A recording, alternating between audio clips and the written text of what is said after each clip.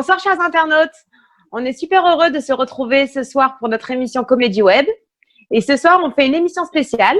On reçoit en interview exclusive Elodie Pou sur Tandem 2.0. Donc c'est une humoriste qu'on adore, qui nous a vraiment séduit avec son spectacle Le Syndrome du Playmobil. Elle est également présente à la télé, à la radio. C'est une chroniqueuse top. Donc, je vous laisse découvrir en images quelques extraits de son spectacle Le Syndrome du Playmobil et on se retrouve juste après. Et alors moi, avant, j'avais un autre métier. Un métier que je ne souhaite à aucun être humain normalement constitué, surtout s'il tient à le rester. Je travaillais dans les écoles maternelles. Ah, youpi joie. Comment survivre face à un enfant qui chiale sa race ? Qui chiale sa race à la cantine parce qu'il veut pas manger les petits pois, parce que les petits pois, ils sont trop cuits. Oh, ils sont trop cuits, les petits pois. Bah, c'est peut-être parce que c'est des lentilles, connard.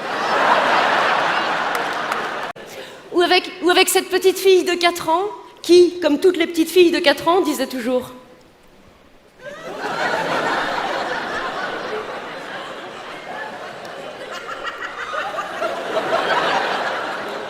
je suis une princesse.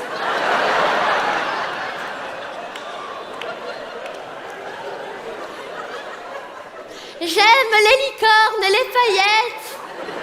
Quand je serai grande, je me marierai avec un prince libéré, délivré.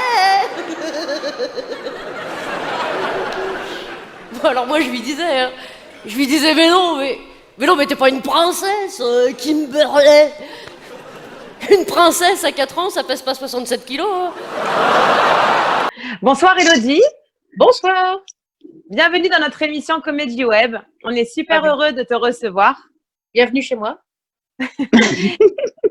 Et on est vraiment heureux que tu aies accepté notre invitation. Et puis, donc voilà, les chroniqueurs, Laetitia, Sébastien, Katia. Salut. Hello. Salut. Bonsoir Elodie. Très content que tu sois avec nous. Merci, moi aussi. C'est vrai.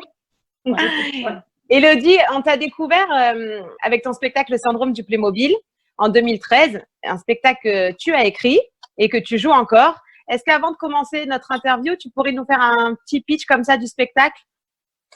C'est l'histoire d'une animatrice petite enfance en maternelle qui pète les plombs, qui démissionne et qui monte à Paris pour faire des sketchs et qui commence à raconter ses histoires avec les gamins. Et comme ça fait rigoler, du coup, elle en parle pendant 1h30 et ça fait plaisir à tout le monde. Nous, on a… alors, donc, c'est vrai, hein, tu as vraiment été animatrice périscolaire. Wikipédia nous l'a dit. Nous, on a une petite question, si tu veux, parce que, bon, tu les maltraites pas, mais tu vas quand même fort avec les gamins. C'est quoi la part de réalité dans ce que tu racontes ? On veut savoir la vérité. Il y a juste assez de vrai pour pas que je sois en prison en ce moment. Donc, est-ce que tu as vraiment enfermé ces petits dehors ? Non, bien sûr que non, mais par contre, je faisais partie des gens qui disaient ouais, il pleut, mais ça fait 8 heures qu'ils sont enfermés, donc qu'ils aillent cavaler 15 minutes. Puis avec un caouet, ils sont pas en sucre, ils vont pas fondre. Et du coup, c'est plutôt eux qui demandaient à aller dehors que de rentrer. Mais non, je n'en fais pas. T'as fait ça combien de temps ? 12 ans. Ah oui. Ah oui. Pas mal. Belle perf. Merci. Bon. Et du coup, Elodie, là, tu n'es pas en prison, donc tout n'est pas vrai. Mais est-ce que du coup, est-ce qu'il y a des parents qui ont reconnu des petites parts de vérité ? Est-ce que leur enfant, la petite Kimberley, tu vois, est-ce que ses parents t'ont dit, j'ai reconnu ma fille ? Non. Eh ils venaient au spectacle pour voir si par hasard il n'y aurait pas leur môme dedans. C'est génial. De manière positive. C'est-à-dire que quand j'ai joué au début, j'ai joué dans ma ville, donc dans la ville où j'exerçais. Et du coup, il y a beaucoup de parents au début et d'enfants ensuite quand ils ont grandi. Le spectacle. Et du coup, ils étaient avides de voir est-ce que j'allais dire le prénom bizarre de leur enfant, est-ce que j'allais raconter un truc. Mais ceux qui sont venus me connaissaient, m'aimaient bien, connaissaient mon humour, donc ils sont venus chercher ce qu'ils aimaient bien. En fait, ils sont pas venus en disant « Oh mon Dieu, j'espère qu'elle va pas parler de nous », mais plutôt le contraire. Ouais, ils attendaient ça, quoi. Ouais. Alors, Elodie, moi, je suis dans le prêt-à-porter et franchement, j'adore votre look sur scène. Vos robes, vos docks, les couleurs. Moi, je voulais savoir si vous étiez votre propre styliste et vraiment si ce choix de tenue avait un sens particulier ou pas pour vous. Il a le sens d'une évolution personnelle parce que si tu vas voir les vidéos depuis 2013, tu verras que ça n'a pas toujours été très stylé. D'accord. Comme tu l'as dit. C'est-à-dire que j'ai commencé en. Attends, qu'est-ce que j'avais? J'avais un jean avec des guêtres rose fluo, un t-shirt à tête de mort et une crête jaune sur la tête. Avec tes chamallows? Avec des chamallows, ouais, c'est ça. Et puis petit à petit, on est passé à une robe et puis à une autre. Et puis maintenant, voilà, j'ai adopté un style un peu années 50 que j'aime bien et que j'ai aussi dans ma vie de tous les jours. Et voilà, pour les émissions télé, des fois, c'est des gens qui proposent, les habilleuses proposent des trucs. Ouais. Voilà, en général, elles ont un accessoire souvent. Donc, ouais, voilà, des petits accessoires. Puis moi, je m'éclate avec les coiffures aussi, c'est-à-dire que j'arrive au coiffage et je dis, vas-y, éclate-toi. Alors, ils sont hyper contents parce que tout le monde veut des coiffures normales, donc ils sont contents. Carte blanche, hop, on y va. Voilà, c'est ça. Mais s'il y a bien un endroit où on peut s'éclater, c'est sur scène, donc autant porter des trucs un peu affriolants qu'on aime bien. Juste quand tu dis années 50, t'as vraiment un look années 50 au quotidien? Genre les petites robes de pin-up et tout? Ouais, c'est ça. Enfin, là, moi, parce qu'avec mon bidou qui grossit, je peux. Ah oui. Et oui. On est au courant nous aussi. On te suit. C'est cool. Non, même j'ai des meubles, des trucs chez moi qui sont années 50. Je me coiffe un petit peu. Enfin, je trouve que c'est joli et surtout, c'était des tenues qui étaient faites pour des femmes qui avaient des formes, en fait. Ouais, c'est vrai ce que tu dis. C'est vrai. Des corps normaux, entre guillemets. Et du coup, comme j'ai jamais fait du 34, du coup, c'est parfait pour que je suis. Bon, nous non plus. Donc, c'est bien. Du coup, si tu aimes si les je peux années permettre, 50, Attends, Seb, je fais une main, petite présentation. Regarde ce petit meuble vas-y. superbe. Cette enfilade. Cette enfilade des années 50. Je ne vois pas qui me parle. C'est Laetitia. Ah, très bien, très bien. Tu vois, j'en suis fière comme tout. Ouais, c'est cool, hein, c'est mieux. C'est plus sympa que du Ikea, que tout le monde a le même chez soi, quoi. Eh oui. À celui-là, Et du personne coup, ne l'a. Enfin, j'espère. Elodie, moi, je me permets, t'aimes les années 50, ton mari vient des années 50 ou pas? Enfin, après, ça ne nous regarde pas, mais... Je serais à la cuisine, sinon, je serais pas en train de vous parler. C'est l'heure. Quoi qu'il s'appelle Michel, donc il pourrait venir des années 50. Ah oui. C'est vrai. Mais Comment non, on peut non. En général, quand je dis le prénom de mon mari, on me dit « Ah bon, mais il a quel âge ?» C'est sûr. Mais il C'est est un prénom de papy.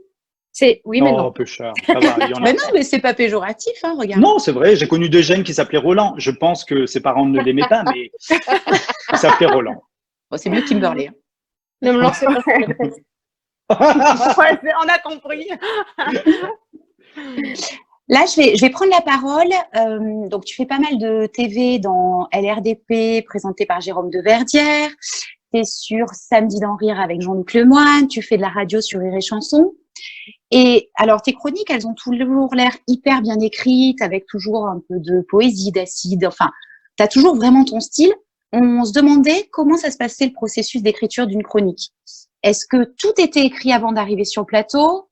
Est-ce que tu devais faire relire tes textes ou est-ce qu'au contraire, tu avais carte blanche et tu pouvais te permettre pas mal d'impro, pas d'intro. Ça dépend vraiment des émissions dans lesquelles je passe. Par exemple, Samedi d'en rire, dans lesquelles je ne suis plus, il y avait une relecture. Bravo les fiches. Je continue à m'y voir, mais c'est parce qu'il repasse peut-être des anciennes émissions. Ouais. Il y avait vraiment une relecture parce que l'heure à laquelle ça passe, le public qui regarde fait que faut faire attention à différentes choses. Faut y aller mollo. Voilà, alors que la revue de presse, ils découvrent vraiment les textes en même temps que moi et ça, c'est assez génial. Et ils m'ont appris un truc là-bas, c'est à être interrompu toutes les 4 minutes. Et du coup, tu es obligé, non seulement… Alors, déjà, l'exercice est difficile parce que tu as ta feuille, mais tu dois faire semblant que c'est naturel. Donc, il faut lire, regarder la caméra, regarder la caméra. Après, ils t'interrompent. Donc, tu dois trouver la vanne avec laquelle répondre à leur interruption et trouver comment revenir au texte dans lequel tu étais pour qu'on comprenne toujours ce que tu es en train de dire. Et donc, c'est un espèce de ping-pong. Voilà, faut trouver vite une vanne, puis revenir dans le texte, etc.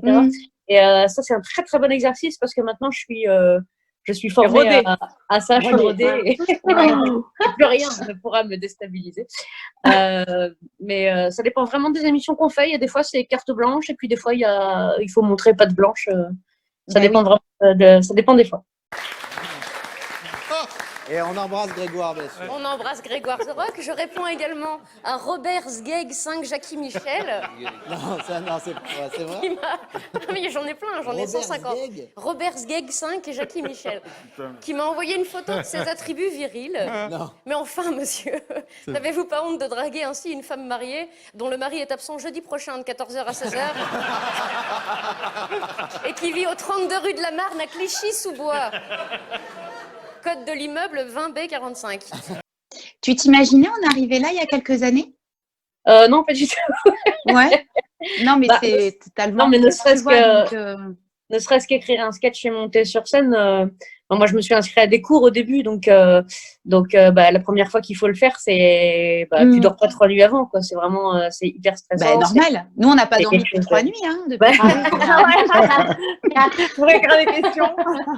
Mais non, et puis j'espère continuer à faire plein de trucs auxquels je ne m'attendais pas non plus. Et puis voilà. Ouais. Non, je m'attendais pas à ça. Mais du coup, Alors, si je peux te permettre, quand tu es en live comme ça, que tu as une vanne, les vannes, elles viennent faciles. Est-ce que tu arrives tout le temps à rebondir ou tu t'es pris aussi quelques blancs ou... Parce que ça doit être quand même assez difficile. À l'émission, pendant des émissions, tu veux dire? Oui, Ce qui est très dur pendant une émission, surtout quand on est plusieurs et quand on est entouré de gens pour qui font cet exercice depuis avant même ma naissance, c'est que le temps que tu aies une vanne, que tu te demandes si elle est bonne et que tu arrives à la sortir, la plupart du temps, ils sont déjà passés à autre chose et c'est Oui. trop tard. En Ouais, plus, c'est vrai. il faut savoir qu'à la revue de presse, mon micro est souvent coupé parce que je ris extrêmement fort et qu'on n'entend souvent pas on n'entend pas la fin des phrases des gens. Et comme je ne veux pas m'empêcher de rire ou changer de rire ou quoi, il me coupe pas le micro. Donc des fois quand j'ai une vanne à dire, je suis obligée de faire un petit signe et c'est souvent trop tard. Voilà. Ah, ouais. Alors, Je sais pas, Élodie, Élodie, moi, je voulais rebondir sur justement l'avenir parce que je te trouve très à l'aise au théâtre, très à l'aise dans ton one-man show sur scène, très à l'aise sur les plateaux télé.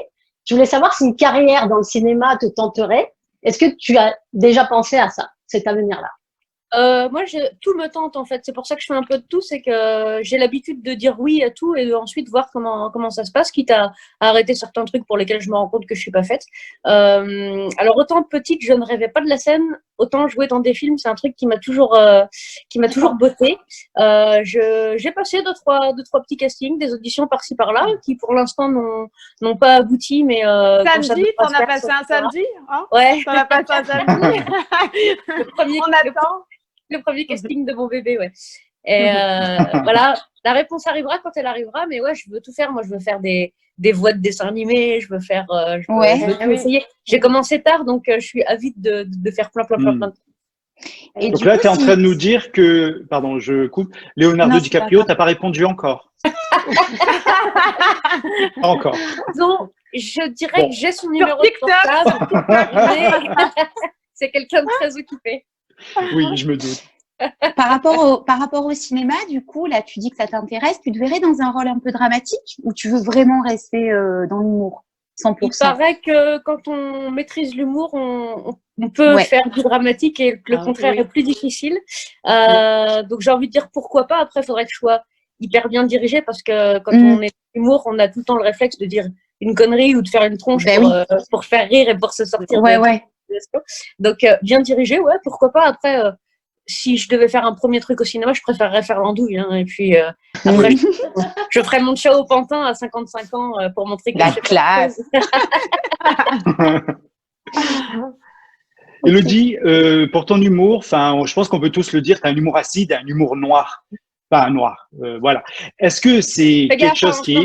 En ce moment, Oui, je voulais préparer une petite pancarte, mais j'ai pas osé. Je me suis dit, ça va peut-être pas le faire, mais bon. Du coup, pardon, qu'est-ce que j'ai perdu mon fil, tu vois. Je rebondis. Donc, t'as un humour noir, du coup.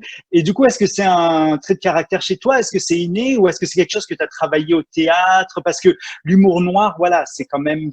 ça passe pas pour tout le monde ou voilà. Est-ce que tu es une vraie vilaine dans la vraie vie? Voilà, regarde, j'ai mis les vilaines de Disney pour toi exprès.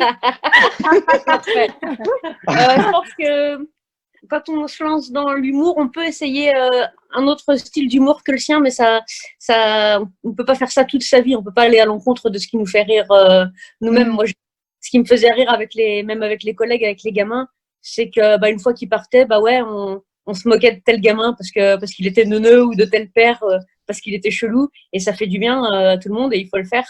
Moi, c'est ça qui me fait marrer. Alors, bien sûr, au début, mes premiers sketchs, tu parlais du sketch du chamallow. Oui. Il passe partout, tu peux le faire écouter à des gamins de 5 ans, parce que j'avais peur en fait. Je pouvais pas dire le mot con parce que je me suis dit mince, si jamais il y a un enfant dans la salle, tu vois, qui ne me gêne plus maintenant.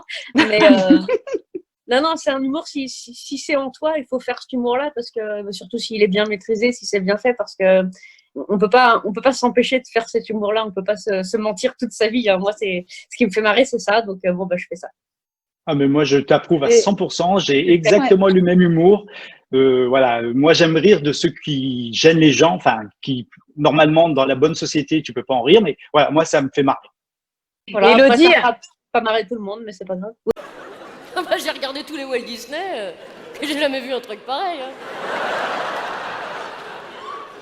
Elle était gracieuse comme une boîte de thon.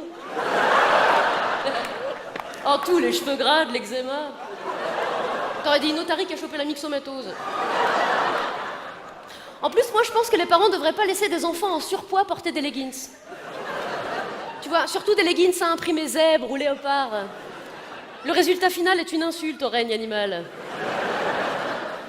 Je lui disais, mais mets des leggings avec des écailles, ça fera ton sur ton.